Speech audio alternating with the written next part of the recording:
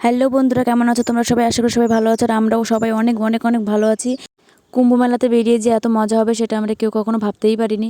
বাড়ি থেকে বেরোনোর আগে সবাই আমাকে অনেক অনেক কথা বলেছিল যে এটার প্রবলেম হবে, ওটার প্রবলেম হবে, কিন্তু বিশ্বাস করো বন্ধুরা, আমাদের কোনো রকম কোনো প্রবলেমই হয়নি। আমরা সারা রাস্তা মজা করতে করতে গিয়েছিলাম।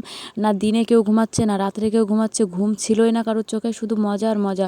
সবাই নাচতে নাচতে আনন্দ করতে করতে গিয়েছিলাম। তারপর রাস্তার মাঝখানে দেখি ভান্ডারি দিচ্ছিল, সেখান থেকে আমরা কিছু খাবার নিয়ে নিলাম। সঙ্গমের পথে চলে এসেছিলাম আমরা।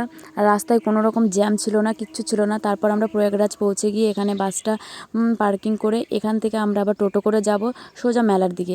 ভগবানের আশীর্বাদ ছাড়া আমরা এখানে কখনোই পৌঁছাতে পারতাম না এত সুন্দরভাবে। অবশেষে আমরা সেই শান্তির জায়গায় পৌঁছে গিয়েছিলাম।